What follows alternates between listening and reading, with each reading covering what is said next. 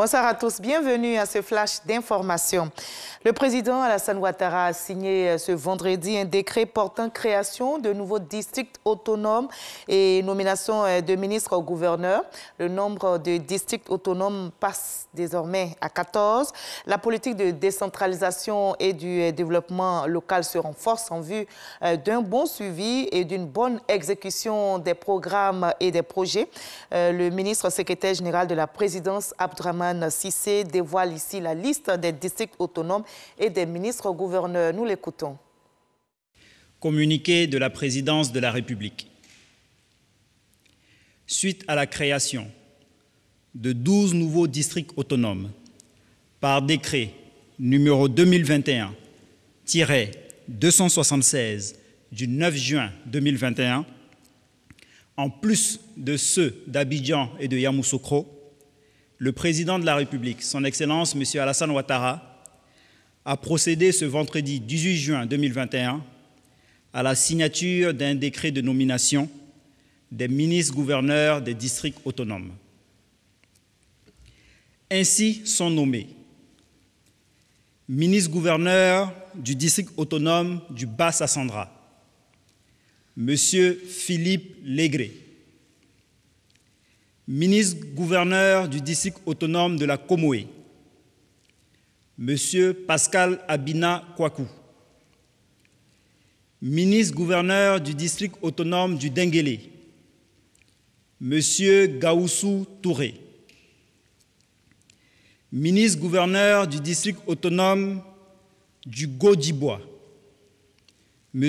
Louis-André Dakori Tablé, ministre-gouverneur du district autonome des Lacs, Madame Raymond Goudou Kofi, ministre-gouverneur du district autonome des Lagunes, Monsieur Vincent Loès, ministre-gouverneur du district autonome des Montagnes, Monsieur Albert Flindé,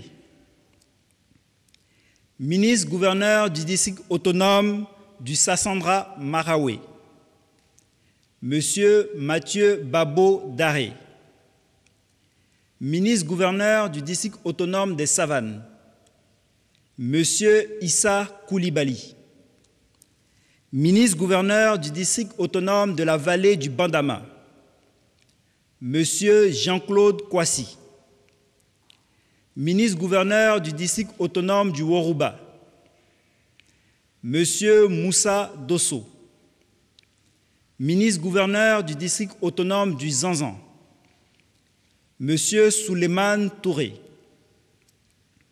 ministre-gouverneur du district autonome d'Abidjan, Monsieur Robert Mambé Begré, ministre-gouverneur du district autonome de Yamoussoukro, Monsieur Augustin Abdoulaye Thiam Oufoué, fait à Abidjan le vendredi 18 juin 2021.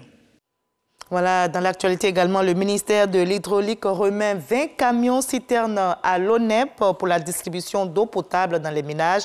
C'est un investissement qui a coûté à l'État de Côte d'Ivoire plus d'1 milliard de francs CFA. Le ministre Laurent Tchagba a annoncé la livraison de 15 autres camions-citernes à l'Office national de l'eau potable. Le gouvernement bénéficie du financement de la Banque mondiale pour cette action. Les clés des camions-citernes ont été remises aux responsables de l'ONEP par le ministre de l'Hydraulique. La problématique des plus de millions d'enfants et d'adolescents hors système scolaire préoccupe l'État de Côte d'Ivoire et ses partenaires dans le cadre justement de la scolarisation obligatoire de tous les enfants de 6 à 16 ans à l'horizon 2025. Une réponse est envisagée et elle cible 330 000 enfants qui fréquentent les structures islamiques d'éducation non reconnues par le gouvernement. C'est la stratégie nationale d'intégration des enfants des structures islamiques d'éducation dans un système éducatif formel. On y revient dans le 20h. Après la levée de corps hier ici à Abidjan de Monseigneur Bruno Kwame, la dépôt a été portée en terre au sein de l'église Sainte-Thérèse de l'Enfant Jésus d'Abengourou. Plusieurs personnalités politiques, religieuses et cadres ont effectué le déplacement afin d'assister à cette cérémonie d'adieu. Je rappelle que l'évêque émérite d'Abengourou, Monseigneur Bruno Kwame, est décédé le 17 mai dernier à Boaki. Le groupe nigérien djihadiste Boko Haram a confirmé la mort de son leader historique, Abubakar Shekau. Il est mort lors du combat avec le groupe rival État islamique en Afrique de l'Ouest. L'annonce a été faite par Bakoro Modou Edi Sahaba, le nouveau chef présumé, dans une vidéo.